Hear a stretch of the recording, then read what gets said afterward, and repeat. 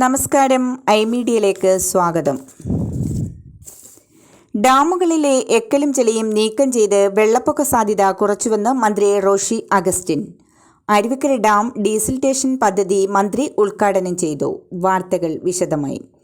കേരളത്തിലെ ജലാശയങ്ങളിൽ ആവശ്യത്തിന് സംഭരണശേഷിയില്ലെന്ന് 2018 പ്രളയം കാണിച്ചു തന്നുവെന്നും 2022-23 കാലയളവിൽ 1 കോടി കടമീറ്റർ എക്കലും ചെളിയും കേരളത്തിലെ വിവിധ ഡാമുകളിൽ നിന്നും നീക്കം ചെയ്തതുമൂലം വെള്ളപ്പൊക്ക സാധ്യത കുറയ്ക്കാൻ കഴിഞ്ഞുവെന്നും ജലവിഭവ വകുപ്പ് മന്ത്രി റോഷി അഗസ്റ്റിൻ.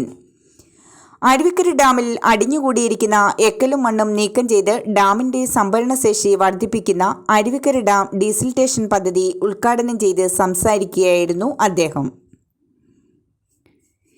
കേരളത്തിലെ മറ്റ് ഡാമുകളിലും ഡീസൽറ്റേഷൻ പദ്ധതി നടപ്പിലാക്കാനുള്ള പ്രവർത്തനങ്ങൾ നടന്നുവരികയാണ്.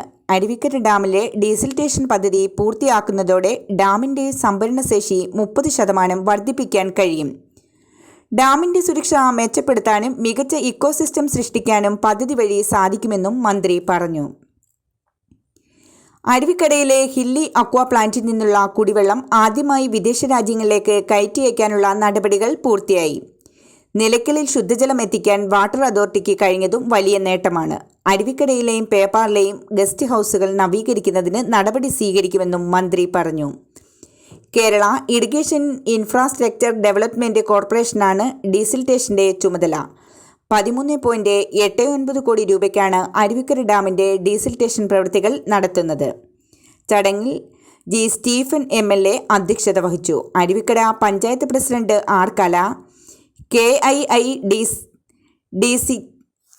Chief executive officer Thilakan S, Aruvikkara panchayat vice president Renukadevi, ജില്ലാ പഞ്ചായത്ത് അംഗം വെള്ളനാട് ശശി, നെടുമങ്ങാട് ബ്ലോക്ക് ക്ഷേമകാര്യ standing committee chairman VR Harilal, രാഷ്ട്രീയ കക്ഷി നേതാക്കൾ, ഉദ്യോഗസ്ഥ പ്രതിനിധികൾ എന്നിവർ പങ്കെടുത്തു. മീഡിയയ്ക്ക് വേണ്ടി റിപ്പോർട്ടർ ഷമീറ, കൊല്ലം.